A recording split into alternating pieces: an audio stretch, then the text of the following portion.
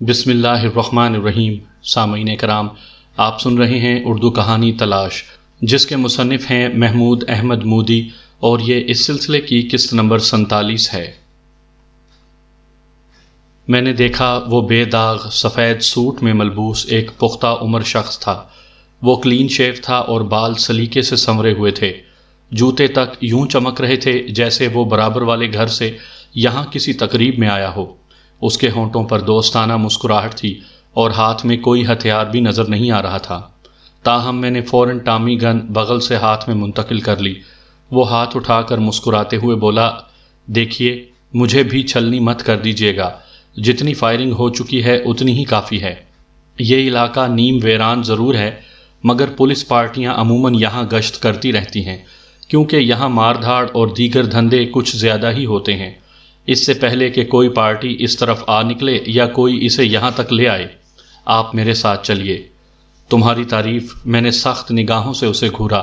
میں وہی ہوں جسے کیبن ریستوران میں آپ سے ملنا تھا۔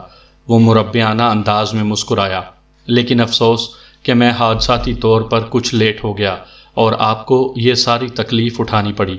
میں نے آپ کو اس وقت دیکھا اور سفید رومال کی وجہ سے پہچانا جب آپ ٹیکسی میں سوار ہو رہے تھے، لیکن اس سے پہلے کہ میں گاڑی موڑ کر رن وے کی پابندی کرتے ہوئے آپ کے پیچھے لاتا، آپ بہت دور جا چکے تھے۔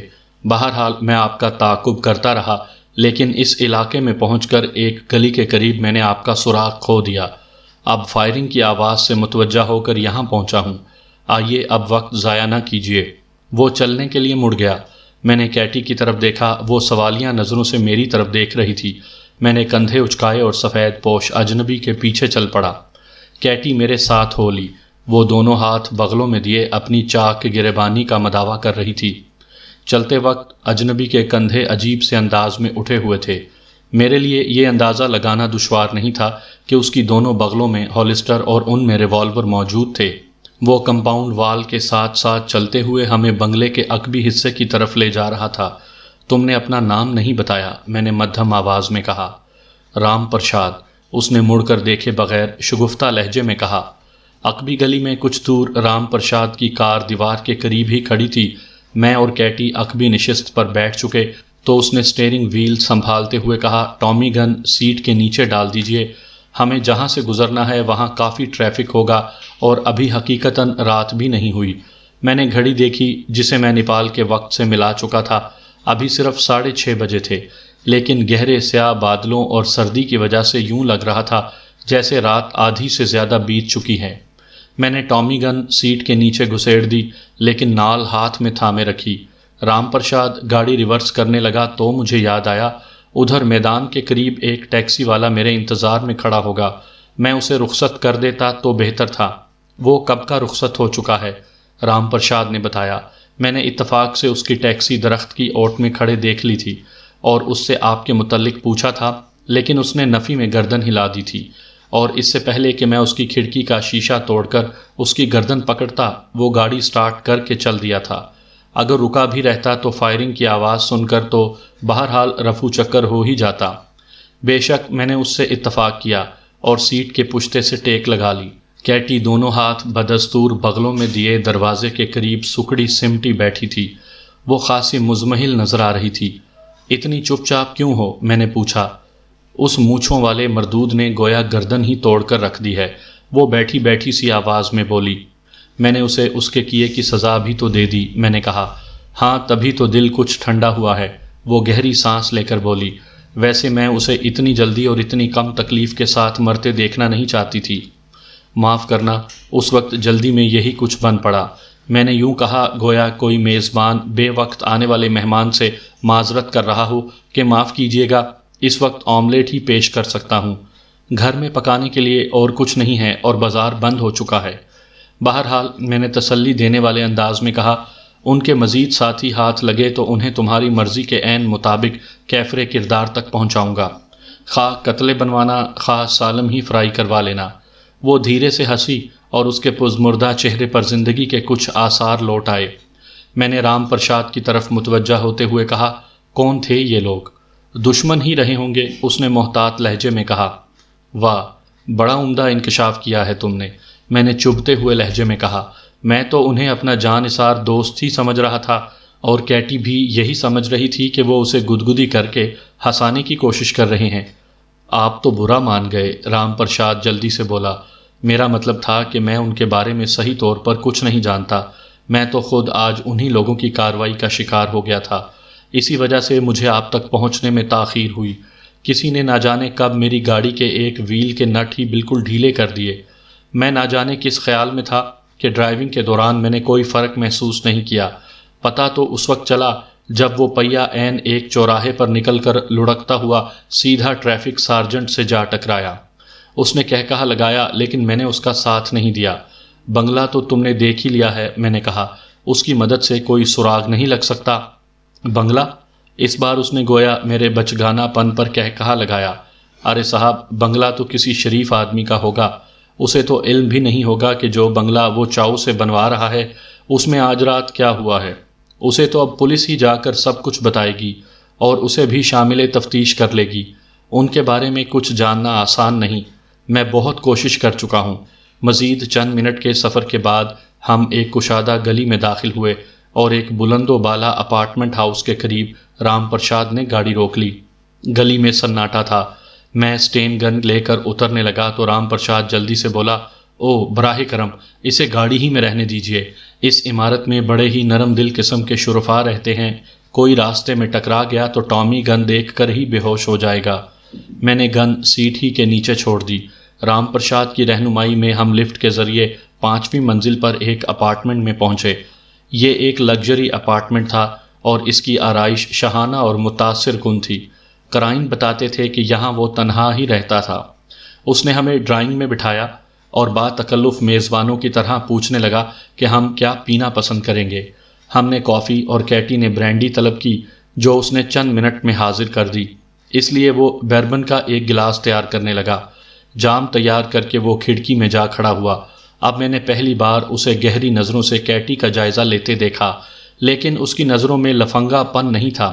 وہ مکمل طور پر ایک مہذب اور شائستہ آدمی معلوم ہوتا تھا۔ اسے اور اس کے انداز و اطوار کو دیکھ کر کوئی سوچ بھی نہیں سکتا تھا کہ جرم کی دنیا سے اس کا کوئی تعلق ہوگا۔ میں اب تک سمجھ نہیں سکا، میں نے کافی کی چسکیاں لیتے ہوئے کہا، کہ کیبن ریستوران میں ہماری جو ملاقات ہونی تھی اس کا مقصد کیا تھا؟ مقصد تو آپ سے رابطہ پیدا کرنا اور آپ کی ضروریات سے آگاہی حاصل کرنا ہی تھا۔ اس نے گلاس کو پرخیال انداز میں انگلیوں میں گھماتے ہوئے کہا، مجھے یہ احکامات ملے ہیں کہ میں آپ کی ضرورت کی ہر چیز مہیا کروں، لیکن تمام تر احتیاط صرف آپ کی آمد کو خفیہ رکھنے کے لیے کی جا رہی تھی۔ بدقسمتی سے یہ احتیاط کچھ زیادہ کارآمد نہیں رہی۔ آثار بتاتے ہیں کہ دشمنوں کو نہ صرف آپ کی آمد کا علم ہے، بلکہ شاید وہ آپ کے مشن سے بھی آگاہ ہیں، حالانکہ میں اس سے بے خبر ہوں۔ وہ مسکرایا اور گلاس خالی کر کے کھڑکی ہی میں رکھ کر ٹہلنے لگا۔ ایک سائیڈ ٹیبل پر ایک باروب اور شاندار جرمن ریوالور یوں رکھا تھا جیسے وہ بھی سجاوٹ کی کوئی چیز ہو۔ اس کا چیمبر مجھے خالی ہی معلوم ہوتا تھا۔ رام پرساد نے ٹہلتے ٹہلتے بے توجہی کے عالم میں اسے اٹھا لیا اور ہتھیلی پر رگڑ کر اس کی چرخی کو گھماتے ہوئے بولا، آپ دونوں چاہیں تو ہوٹل سے اب یہیں اٹھائیں، آج رات 7:30 اور 8 کے درمیان احسان مرزا صاحب کی کال آنے کی توقع ہے۔ میری براہ راست انہی سے بات ہوگی، میں انہیں حالات سے مطلع کر دوں گا۔ اس سلسلے میں صبح کوئی جواب دوں گا۔ میں نے کہا، میرے خیال میں اب زیادہ احتیاط کی بھی ایسی ضرورت نہیں رہی، اس لیے اگر تم برا محسوس نہ کرو تو مرزا صاحب سے میں بھی بات کر لوں۔ میں تو خود آپ سے یہی درخواست کرنے والا تھا۔ رام پرساد جلدی سے بولا، بہرحال اب آپ یہ بتا دیجئے کہ آپ کو کس کس چیز کی ضرورت ہے۔ نہ جانے کیوں اب میں کسی بھی چیز کی کوئی خاص ضرورت محسوس نہیں کر رہا۔ میں نے مسکراتے ہوئے کافی کا کپ تپائی پر رکھتے ہوئے کہا، اور اگر کسی چیز کی ضرورت پڑی بھی تو شاید میں اپنے ہی طور پر حاصل کر لوں، البتہ ایک سوال کا جواب حاصل کرنے میں سخت ضرورت محسوس کر رہا ہوں۔ وہ کیا سر؟ اس نے ٹہلتے ٹہلتے رک کر پوچھا۔ وہ سوال یہ ہے کہ دشمنوں کے ہاتھ تم کتنی قیمت میں بکے ہو؟ میں نے گہری سنجیدگی سے پوچھا۔ کیا؟ اس کا منہ کھلے کا کھلا رہ گیا۔ ریوالور اس کے ہاتھ میں ساکت تھا مگر اس کی چرخی اب بھی گھوم رہی تھی۔ میں نے ایک سیدھا سادہ سا سوال کیا ہے رام پرساد، میں نے اس کی آنکھوں میں آنکھیں ڈال کر کہا۔ میں کم عمر بھی ہوں اور بعض معاملات میں اناڑی بھی، لیکن میں احمق ہرگز نہیں ہوں۔ تم نے ہمیں مروانے کا بڑا عمدہ بندوبست کیا تھا، لیکن جب بازی پلٹتے دیکھی تو معصوم بن کر سامنے آ گئے۔ پرانے کھلاڑی ہو نا؟ تمہیں یقیناً غلط فہمی ہوئی ہے، وہ سنبھل کر بولا۔ تمہیں مروا کر مجھے کیا فائدہ پہنچ سکتا ہے؟ یہ تو تم ہی بہتر بتا سکتے ہو، میں نے کہا۔ تاہم تھوڑا بہت اندازہ مجھے ہے ضرور۔ ہماری آمد سے تمہارے کچھ مفادات متاثر ہونے کا خطرہ پیدا ہو چلا ہوگا۔ احسان مرزا کی نظروں سے دور بیٹھ کر یقیناً تمہاری پانچوں گھی میں ہوں گی، اور پھر ہمارا سودا تو تم نے ویسے بھی سستے داموں میں نہیں کیا ہوگا۔ تم دیکھنے میں ہی بچے نہیں، تمہاری باتیں بھی بچگانہ ہیں۔ وہ کھوکھلے انداز میں ہنسا۔ میں 12 سال سے احسان مرزا کے ساتھ ہوں۔ پہلے تم یقیناً اس سے مخلص رہے ہوگے، میں نے تسلیم کیا۔ اس ساکھ کی وجہ سے وہ تم پر شبہ نہیں کر سکا ہوگا۔ بہرحال اب تم جلدی سے بتا دو کہ تمہیں ہمارے متعلق کیا کچھ معلوم ہے۔ تم نے ان لوگوں کو کس حد تک بتایا تھا جو میرے ہاتھوں مارے جا چکے ہیں، اور یہ کہ تمہاری مخبری کی وجہ سے ہمیں مزید کیا خطرات درپیش ہو سکتے ہیں؟ تم نے تو میرے سامنے پورا ایک امتحانی پرچہ رکھ دیا ہے۔ وہ مسکرایا۔ آخر تمہیں کیوں کر یقین ہوگا؟ گفتگو کو طول مت دو رام پرشاد، میں نے اس کی بات کاٹ کر کہا۔ میں اس وقت تک فیصلے کرنے کے معاملات میں سخت عجلت پسند ہو چکا ہوں۔ تم یہ مت سمجھنا کہ میں کوئی انتہائی قدم اٹھانے کے لیے احسان مرزا سے اجازت یا مشورہ طلب کروں گا۔ رام پرشاد بدستور مسکرا رہا تھا، اور اس طرح مسکراتے مسکراتے اچانک اس نے خالی ریوالور مجھ پر کھینچ مارا۔ مجھے اس کی طرف سے حملے کی توقع تو تھی، مگر میرا خیال تھا کہ وہ بغلی ہولسٹر سے ریوالور نکالنے کی کوشش کرے گا، اور اس کے لیے میں تیار تھا، لیکن مجھے یہ توقع نہیں تھی کہ وہ خالی ریوالور مجھ پر کھینچ مارے گا۔ تاہم اضطراری طور پر میں ایک طرف ہو گیا تھا، اور اس جبلی سے رد عمل نے مجھے بچا لیا۔ کاؤچ جس دیوار کے ساتھ لگی ہوئی تھی، ریوالور اس سے یوں ٹکرایا جیسے کوئی وزنی ہتھوڑا اس پر مارا گیا ہو۔ اگر ریوالور میرے چہرے پر پڑا ہوتا تو یقیناً عمر بھر کے لیے میرے نقوش ہی تبدیل ہو جاتے۔ رام پرشاد کا ہاتھ بغلی ہولسٹر تک پہنچ چکا تھا، لیکن اس وقت تک میں اس پر چھلانگ لگا چکا تھا۔ ہاتھا پائی کی گنجائش نہیں رہی تھی۔ میں نے اس کی گردن پر کراٹے کا پہلا ہی ہاتھ فیصلہ کن رسید کیا۔ اس نے ایک ہچکی سی لی اور قالین پر چت گر کر ساکت ہو گیا۔ اس کی گردن ٹوٹ چکی تھی۔ تم تو واقعی بہت عجلت پسند نظر آ رہے ہو، کیٹی نے برانڈی کا چھوٹا سا گلاس تپائی پر رکھ کر سرسری سے لہجے میں کہا، اور بیزاری سے رام پرشاد کی لاش کی طرف دیکھا جیسے وہ محض کاٹھ کباڑ کا ایک ڈھیر ہو۔ میں جنگل کے درندوں کو تو کچھ چھوٹ دے سکتا ہوں، آستین کے سانپوں کو نہیں، میں نے ٹہلتے ہوئے کہا۔ ایک بار اگر معلوم ہو جائے کہ آستین میں سانپ موجود ہے تو پھر اس کو مارنے میں تاخیر کرنا خودکشی کے مترادف ہے، اور فی الحال میں خودکشی کے موڈ میں نہیں ہوں۔ دفعتاً فون کی گھنٹی بج اٹھی۔ چند لمحے کے لیے میں الجھن میں رہا، لیکن جب گھنٹی دوبارہ بجی تو میں نے آگے بڑھ کر ریسیور اٹھا لیا۔ 23926 ایک مترنم نسوانی آواز سنائی دی۔ میں نے ٹیلی فون پر نمبر دیکھتے ہوئے کہا، یس۔ ہولڈ کیجئے، بمبئی سے آپ کی کال ہے، آپریٹر نے کہا، اور دوسرے ہی لمحے کلک کلک شروع ہو گئی۔ میں نے گہری سانس لی۔ چند سیکنڈ بعد ہی جس آواز نے ہیلو کہا اسے میں ہزاروں میں بھی پہچان سکتا تھا۔ کیا خبر ہے؟ اس نے پوچھا۔ خبر کچھ اچھی نہیں، میں نے دھیرے سے کہا۔ اوہ، تو تم یہاں موجود ہو؟ احسان مرزا نے بھی گہری سانس لے کر کہا۔ مجھے معلوم نہیں تھا کہ جس طرح میں اس کی آواز ہزاروں میں پہچان سکتا ہوں، اس طرح وہ بھی میری آواز سے بخوبی آشنا ہو چکا ہے۔ پروگرام کے مطابق تو اس وقت تمہیں یہاں نہیں ہونا چاہیے تھا، اس نے کہا۔ اس سے تم اندازہ کر سکتے ہو کہ پروگرام کس حد تک خراب ہو چکا ہے، میں نے کہا۔ رام پرشاد کہاں ہے؟ اس نے پوچھا۔ افق کے پار، میں نے جواب دیا۔ وہ بک چکا تھا، بلکہ نہ جانے کب سے بکا ہوا تھا۔ اسے طویل سفر پر بھیجنا بہت ضروری ہو گیا تھا۔ اوہ، احسان مرزا نے ہولے سے کہا اور چند لمحے کے لیے خاموش ہو گیا۔ تعصب کا شکار ہو گئے ہو؟ میں نے پوچھا۔ نہیں نہیں، وہ جلدی سے بولا، میں تو یہ سوچ رہا تھا کہ مجھے بڑی تاخیر سے پتہ چلا، اور اب اپنی ناکامیوں کی وجہ بھی سمجھ میں آ گئی۔ پھر قدرے توقف سے بولا، بہرحال تمہیں اگر کسی چیز کی ضرورت ہو تو اس کے لیے ایک ایڈریس اور نوٹ کر لو۔ اس نے مجھے ایک شخص کا نام اور پتہ نوٹ کروایا۔ اور کچھ؟ آخر میں اس نے پوچھا۔ کچھ نہیں، میں نے کہا، زبانی ہی باتیں ہوں گی بشرط زندگی۔ گڈ لک، اس نے کہا اور سلسلہ منقطع کر دیا۔ میں نے مڑ کر دیکھا، کیٹی اپنے گلاس میں کچھ اور برانڈی انڈیل رہی تھی۔ فی الحال تم اس کا پیچھا چھوڑ دو، میں نے گلاس کی طرف اشارہ کرتے ہوئے کہا۔ جتنی جلد ہم یہاں سے نکل چلیں اتنا ہی بہتر ہے۔ ہم اب ہوٹل واپس چلتے ہیں۔ راستے میں البتہ اس شخص سے ملتے چلیں گے جس کا ایڈریس احسان مرزا نے نوٹ کروایا ہے۔ یہ ایک دکان کا پتہ ہے، کہیں بند ہی نہ ہو چکی ہو۔ کیٹی گلاس چھوڑ کر اٹھ کھڑی ہوئی۔ میں نے تپائی پر سے رام پرساد کی گاڑی کی چابی اٹھائی اور دروازے کی طرف بڑھا۔ کیٹی لاش کی طرف اشارہ کرتے ہوئے بولی، اس کا کیا بنے گا؟ اسے پولیس کے لیے چھوڑ دو، میں نے کہا۔ پولیس اگر لاشیں بھی ٹھکانے نہیں لگائے گی تو آخر کرے گی کیا؟ یہ بھی درست ہے، کیٹی مسکراتے ہوئے بولی اور میرے ساتھ چل دی۔ نیچے آ کر رام پرساد کی شاندار گاڑی کی ڈرائیونگ سیٹ میں نے سنبھال لی۔ پوچھتے پاچھتے ہم جس علاقے میں پہنچے اس کا نام چائنا ٹاؤن تھا۔ یہاں کی گلیاں تنگ و تاریک اور اینٹوں سے بنی ہوئی تھیں۔ ایک مقام پر پہنچ کر ہمیں کار چھوڑ ہی دینی پڑی کیونکہ پرپیچ گلیوں سے اس کا گزرنا ممکن نہیں رہا تھا۔ ان گلیوں میں کوئی شخص آتا جاتا نظر نہیں آ رہا تھا جس سے ہم مزید آگے راستہ دریافت کر سکتے، اس لیے ہم محض اندازے سے ہی آگے بڑھتے جا رہے تھے۔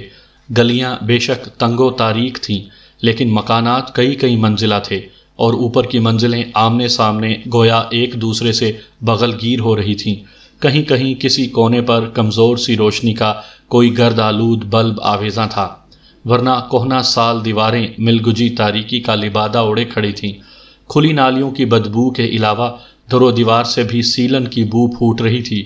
قدم قدم پر ایک عجیب سی وحشت کا احساس ہوتا تھا۔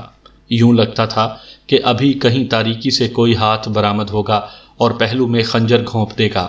ہم شاید کسی کی مدد کے بغیر مطلوبہ ایڈریس پر نہ پہنچ پاتے، لیکن یہ اتفاق ہی تھا کہ سطح زمین سے کافی نشیب میں ایک مکان کے تہہ خانہ نما حصے کے دروازے پر ہمیں ایک جاپانی لالٹین ٹنگی نظر آئی۔ یہ لالٹین دراصل ایک سائن بورڈ پر آویزاں تھی۔ گردآلود سائن بورڈ پر اوپر سے نیچے کئی سطروں میں چینی میں نہ جانے کیا کیا تحریر تھا، لیکن ایک طرف انگریزی میں ٹیڑھے میڑھے حروف میں لیو تانگ کی نوادرات کی دکان بھی لکھا ہوا تھا۔ میں نے اطمینان کیے گہری سانس لی، مجھے اسی جگہ کی تلاش تھی۔ 3 سیڑھیاں اتر کر ہم دروازے تک پہنچے۔ دروازہ خود نوادرات میں شمار ہو سکتا تھا۔ یوں تو اس میں شیشہ بھی لگا ہوا تھا، مگر گرد اور میل کی موٹی تہ کے باعث اس کے پار دیکھنا ممکن نہیں تھا، اور نہ ہی اس پر کوئی ایسی تختی آویزاں تھی جس سے علم ہو سکتا کہ دکان بند ہے یا کھلی۔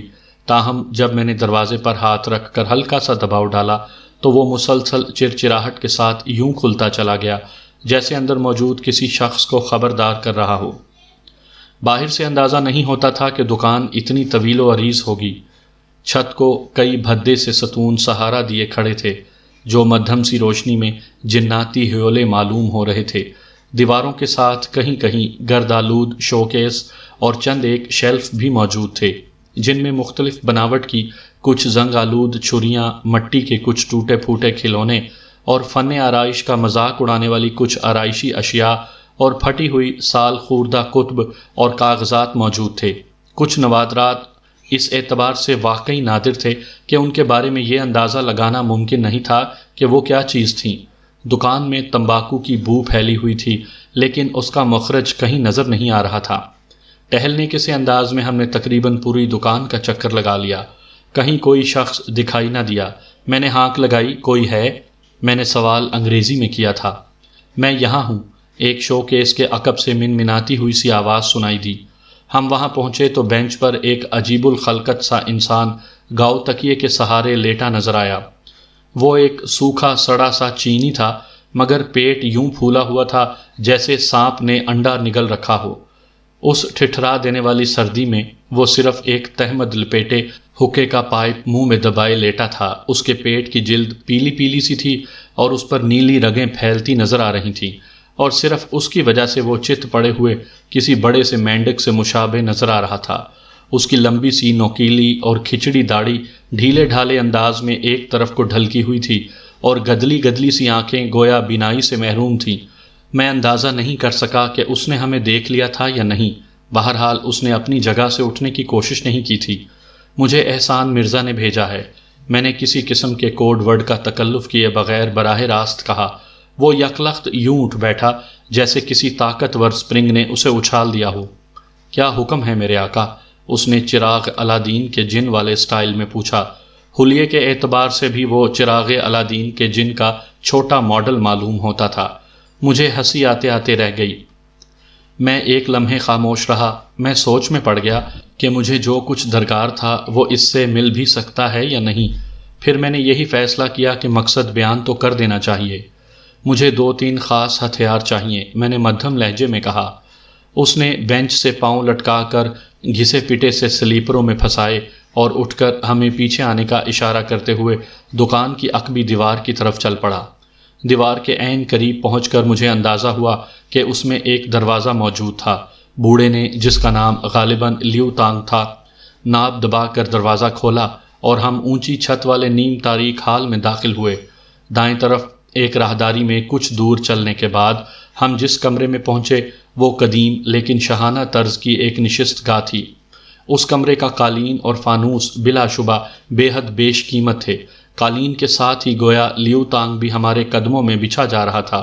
کاؤچ نما ایک مخملی نشست پر ہمیں بٹھانے کے بعد اس نے خالصتاً شاہانہ انداز میں تالی بجائی۔ چند لمحے بعد متصل کمرے کا دروازہ کھلا اور جو لڑکی اندر آئی اسے دیکھ کر میں چند لمحے کے لیے آنکھ جھپکنا ہی بھول گیا۔ اسے بلا جھجک چین کی ملکہ حسن قرار دیا جا سکتا تھا۔ بوٹا سا قد، پھول سے رخسار، ریشم سے بال اور سانچے میں ڈھلا ہوا جسم، جس کے نشیب و فراز سادہ سے چینی لباس میں بھی قیامت ڈھا رہے تھے۔ آنکھیں چھوٹی اور ناک قدرے چپٹی ہونے کے باوجود ہندوستانی معیار سے بھی اس کے حسن بلا خیز اور کشش میں کوئی کمی محسوس نہیں ہو رہی تھی۔ وہ ہماری طرف دیکھ کر مسکرائی تو گویا کمرے میں آویزاں فانوسوں کی جگمگاہٹ کچھ اور بڑھ گئی۔ یہ میری بیٹی پی چن ہے، لیو تانگ نے سر خم کرتے ہوئے بتایا۔ پھر پی چن کی طرف مڑ کر بولا، اور یہ ہمارے آقا کے بھیجے ہوئے مہمان ہیں۔ اس نے ہمارے نام جاننے کی کوشش نہیں کی تھی۔ خوش آمدید۔ لڑکی نے بھی قدرے خم ہو کر ایک بار پھر اپنی مسکراہٹ سے کمرے کو مزید منور کیا۔ میں نے محسوس کیا کہ کیٹی بھی اسے ایک ٹک گھور رہی تھی۔ معلوم نہیں وہ بھی اس کے بے پناہ حسن سے متاثر تھی یا مجھے متاثر دیکھ کر رشک و حسد کے ملے جلے جذبات کا شکار تھی۔ میں تو بہرحال اس تضاد پر بھی حیران تھا کہ چھپکلی نما ایک شخص کی بیٹی اس قدر حسین کیوں کر تھی۔ لیو تانگ نے چینی میں لڑکی سے کچھ کہا اور وہ اسبات میں سر ہلا کر کمرے سے نکل گئی۔ لیو تانگ ہمارے سامنے ایک نشست پر مؤدبانہ انداز میں یوں جھک گیا گویا مراقبے میں چلا گیا ہو۔ کیٹی اور میں ایک دوسرے کی طرف دیکھ کر مسکرا دیے۔ چند لمحے بعد پی چن ایک نہایت خوبصورت نقرئی ٹرے پر تراشیدہ ہیرے کی طرز پر بنے ہوئے 3 بلوری گلاس رکھے واپس آئی، جن میں ارغوانی رنگ کا کوئی مشروب موجود تھا۔ قریب آ کر وہ گلاس تپائی پر رکھنے کے لیے جھکی تو اس کے وجود سے اٹھتی ہوئی مہک نے مجھے مسحور سا کر دیا۔ لیو تانگ نے مراقبے سے سر اٹھا کر ہمیں گلاس اٹھانے کا اشارہ کرتے ہوئے کہا، بلا تکلف پیجیے، یہ شراب نہیں ہے۔ تاہم اگر کسی بھی قسم کی شراب یا وسکی وغیرہ کی ضرورت ہو تو بلا جھجک حکم دیجیے گا، حاضر کر دی جائے گی۔ شکریہ، بس جو کچھ ہے یہی ٹھیک ہے، میں نے مسکرا کر گلاس اٹھاتے ہوئے کہا۔ یہ قدیم چین کے عمرا کا مشروب خاص ہے، اس نے ایک گلاس خود اٹھاتے ہوئے کہا۔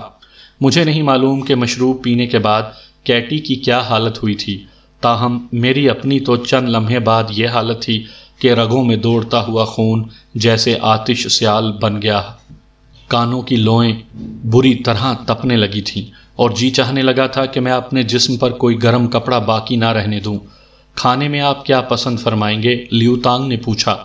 ان تکلفات کی ضرورت نہیں، میں نے جلدی سے کہا، بس ہمیں 2 ٹامی گنیں غیر اسمبل شدہ حالت میں اور ایک موبرگ ریوالور اسمبل شدہ حالت میں عنایت کر دیجیے۔ لیو تانگ نے چینی زبان میں پی چند سے کچھ کہا اور وہ ایک بار پھر متصل کمرے کے دروازے میں لہراتا ہوا پردہ اٹھا کر اس کے پیچھے غائب ہو گئی۔ چند لمحے بعد وہ کئی ڈبے بازوؤں پر اٹھائے ہوئے واپس آئی۔ ان ڈبوں پر مختلف کھلونوں کی تصویریں چھپی ہوئی تھیں۔ پی چن نے ڈبے تپائی پر رکھ دیے۔ لیو تانگ نے ان میں سے 2 ڈبے منتخب کر کے کھولے۔ ان میں 2 ٹامی گنیں غیر اسمبل شدہ حالت میں رکھی تھیں۔ ایک ڈبے سے اس نے تمام پارٹس نکال دیے اور علیحدہ ہی رکھتے ہوئے ایک چھوٹے سے ڈبے سے 2 مختلف سائزوں کے اسکریو ڈرائیور نکالتے ہوئے بولا، یہ ٹامی گنیں جرمنی کی بنی ہوئی ہیں اور جدید ترین ساخت کی ہیں۔ شاید آپ کو اسمبل کرنے میں کوئی دشواری پیش آئے۔ ایک گن میں اسمبل کر کے دکھا دیتا ہوں، اس کے بعد آپ کو کوئی دقت پیش نہیں آئے گی۔ اس کی انگلیاں گن کے پارٹ سے اس مشاکی سے کھیلنے میں مصروف تھیں گویا کوئی ماہر فن استاد ستار کے تاروں پر کوئی نغمہ چھیڑ رہا ہو۔ دیکھتے دیکھتے اس نے 2 اسکریو ڈرائیورز کی مدد سے ان پارٹس کو جوڑ کر گن تیار کر دی جو ایک چھوٹے سے ڈبے میں سمائے ہوئے تھے۔ طریقہ ذہن نشین کرنے میں مجھے کوئی دشواری پیش نہیں آئی تھی، تاہم اطمینان کی خاطر لیو تانگ نے دوسری گن مجھ سے اسمبل کروا کے دیکھی۔ مطمئن ہو کر اس نے محض چند سیکنڈ میں دونوں گنیں کھول کر پارٹس کی صورت میں ڈبوں میں بند کر دیں، پھر ایک ڈبے سے مو برگ نکال کر مجھے دکھایا۔ یہ لمبی نال والا اور 9 گولیوں والا ایک تباہ کن ریوالور تھا۔ اس کا دستہ نہایت چھوٹا اور چپٹا تھا اور اسے نہایت آسانی سے کلائی یا ٹانگ کے ساتھ فیتے کی مدد سے باندھ کر چھپایا جا سکتا تھا۔ اگر آپ ضرورت محسوس کریں تو میں ایک اور ننھا سا لیکن نہایت کارآمد ہتھیار آپ کی خدمت میں پیش کروں، لیو تانگ نے مؤدبانہ انداز میں کہا۔ ایک قدیم فارمولے کو جدید ہتھیار کی شکل دی گئی ہے، نازک اور خاص حالات میں نہایت کام کی چیز ہے۔ ضرور دکھائیے، میں نے اشتیاق سے کہا۔ اس نے ایک چھوٹا سا ڈبہ کھول کر کھلونا نما ایک چمکیلا پستول نکالا۔ سائز میں یہ ایک عام سگریٹ لائٹر کے برابر تھا اور اس کی نال کی لمبائی اور موٹائی میں سگریٹ سے بھی کہیں چھوٹی تھی اور تقریباً ٹھوس ہی تھی۔ اس کے درمیان صرف اتنا ہی سوراخ تھا کہ قدرے پرانی ساخت کے گراموفون کی سوئی ہی اس سے گزر سکتی تھی، جو اب بھی کہیں کہیں مستعمل تھے۔ یہ نہایت جدید ڈارٹ گن ہے، لیو تانگ نے بتایا۔ اس کی مار 20 گز ہے اور ایک وقت میں اس میں زہر میں بجھی ہوئی 20 سوئیاں لوڈ ہوتی ہیں، اور سوئی کسی بھی جاندار کی کھال میں اتر جائے تو اس کی موت یقینی ہے اور پھر آواز بھی قطعاً پیدا نہیں ہوتی۔ واقعی بڑی کام کی چیز ہے، میں نے کہا۔ یہ بھی میرے لیے رکھ دیجئے۔ اس نے ایک اور چھوٹی سی ڈبیا کھولی۔ یہ گراموفون ہی کی سوئیوں جیسی چھوٹی چھوٹی سوئیوں سے بھری ہوئی تھی، لیکن یہ سوئیاں چمکیلی سیاہ تھیں۔ یہ 500 سوئیوں کی ڈبیا ہے، لیو تانگ نے بتایا۔ پھر وہ ڈارٹ گن کو لوڈ اور ان لوڈ کرنے کے علاوہ بے خطا نشانہ لگانے کے سلسلے میں مزید ضروری ہدایات دینے لگا۔ مزید چند ضروری معاملات پر گفتگو کرنے کے بعد ہم نے اس سے اجازت طلب کی۔ لیو تانگ اور اس کی بیٹی ہمیں دروازے تک چھوڑنے آئے۔ رخصت ہوتے وقت میری نظریں ایک بار پھر پی چند سے ملی اور میں نے اس کی آنکھوں میں ایک سوال کا ستارہ جھل ملاتے دیکھا۔ میں کوئی فلمی یا افسانوی ہیرو نہیں تھا جو یقین کر لیتا کہ اس مختصر سی پہلی ملاقات میں وہ مجھ پر عاشق ہو چکی ہے، لیکن اس سوال کے مفہوم میں بہرحال کوئی شبہ نہیں تھا۔ کیا پھر بھی کبھی آؤ گے اجنبی؟ میں نے اس خاموش سوال کی چبھن محسوس کی، لیکن جبراً اسے اپنا وہم اور خوش قسمتی قرار دے کر منہ پھیر لیا اور باپ بیٹی کو الوداع کہہ کر کیٹی کا ہاتھ تھام کر چل دیا۔ میرا خیال تھا کہ راستے میں کیٹی پی چند پر کوئی تبصرہ کرے گی، اس کے بارے میں میرے محسوسات جاننے کی کوشش کرے گی، لیکن اس کے بجائے کافی دیر کی خاموشی کے بعد اس نے پوچھا، اور اس ٹامی گن کا کیا کرو گے جو رام پرشاد کی گاڑی میں موجود ہے؟ میں اسے گاڑی ہی میں چھوڑ کر گاڑی رام پرشاد کے اپارٹمنٹ ہاؤس کے قریب ہی چھوڑ دوں گا، میں نے جواب دیا۔ دوسرے روز ہم برانچ لائن کی ایک ٹرین کے ذریعے کھٹمنڈو سے ایک سرحدی گاؤں موتیلا کی طرف روانہ ہوئے۔ اب ہم دونوں ہی حلیے کے اعتبار سے اینگلو انڈین سیاح معلوم ہو رہے تھے۔ ہم دونوں ہی کی کمر پر کینوس کے تھیلے بندھے ہوئے تھے۔ موتیلا پہنچتے پہنچتے ہمیں شام ہو گئی۔ وہ رات ہمیں گاؤں ہی میں ایک شخص میگھنا کے گھر پہ گزارنی پڑی۔ یہ بھی احسان مرزا کا ایک ایجنٹ تھا۔ دوسری صبح اس نے 800 سی سی کی ایک طاقتور اور مضبوط موٹر سائیکل ہمارے حوالے کی، جس کے ساتھ فاضل پرزوں کا ایک بڑا ڈبہ بھی منسلک تھا۔ پروگرام اور روٹ تو پہلے ہی سے طے تھا، لیکن میں نے ایک بار پھر نقشہ کھول کر میگھنا سے تفصیلی طور پر تبادلہ خیال کر لیا۔ میگھنا نے واضح نشانیوں کے ساتھ اس پٹی کے بارے میں بتایا جس پر سفر کرتے وقت سرحد عبور کرنا بقول اس کے ایسے ہی تھا جیسے آدمی اپنے گھر کا صحن عبور کر کے ایک کمرے سے دوسرے کمرے میں چلا جائے۔ ابتدا میں 40-50 میل کے سفر میں ہمیں کچھ دشواری پیش آئی، کیونکہ کافی راستہ ہمیں پہاڑی علاقوں میں طے کرنا پڑا جہاں کہیں کہیں برف جمی ہوئی تھی، اور بعض مقامات پر تو راستے کی چوڑائی 1 گز سے بھی کم تھی۔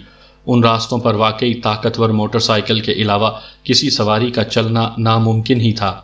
مزید 50 میل کے سفر میں ہم پہاڑوں کی بلندیوں سے نشیب میں آ گئے۔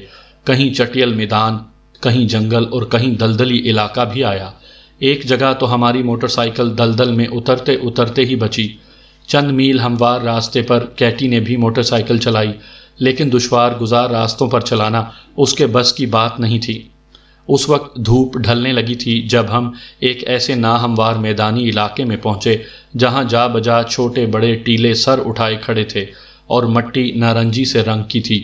یہاں ایک ٹیلے کی اوٹ میں بیٹھ کر ہم نے ڈبوں میں بند خوراک سے پیٹ کی آگ بجھائی، پانی پیا اور کچھ دیر سستانے اور گپ شپ کرنے کے بعد ہم نے ایک بار پھر سلسلہ سفر جوڑا۔ ہم بمشکل 3-4 میل ہی فاصلہ طے کر پائے تھے کہ ایک ٹیلے کی اوٹ سے نکلتے ہی اچانک ایک وردی پوش ہمارے سامنے آ گیا۔ میں شاید موٹر سائیکل کو لہرا کر اس سے بچتا ہوا نکل جاتا، لیکن میں نے اس کے ہاتھ میں دور مار رائفل دیکھ لی تھی۔ یوں تو میرے پیچھے بیٹھی ہوئی کیٹی کی بیلٹ میں موبرگ اڑسا ہوا تھا جو جیکٹ کی آڑ میں تھا، لیکن فوری طور پر نکالا جا سکتا تھا۔